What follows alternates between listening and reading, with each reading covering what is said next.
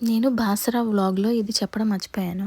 Fruits అనవసరంగా తీసుకున్నామంటే అసలు అవసరమే లేదని చెప్పి, అక్కడ సరౌండింగ్స్‌లో ఫ్రూట్స్ ఎక్కడ అమ్మరు.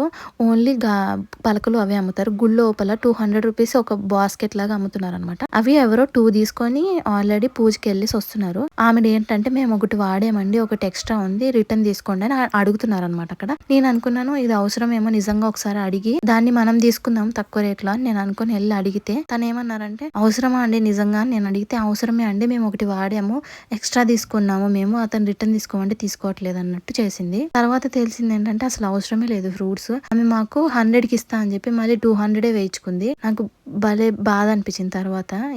జనాలు ఏంటి ఇలా ఉన్నారా బాబు అని. మనం ఆల్రెడీ మోసపోయినప్పుడు పక్కన వాళ్ళకి చెప్తాం కదా, అవసరం లేదండి చెప్పాలి కదా. ఆమె ఉల్టా మా దగ్గరే సేల్ చేసి వెళ్ళిపోయింది. ఇలా ఉన్నారు అసలు జనాలు బయట.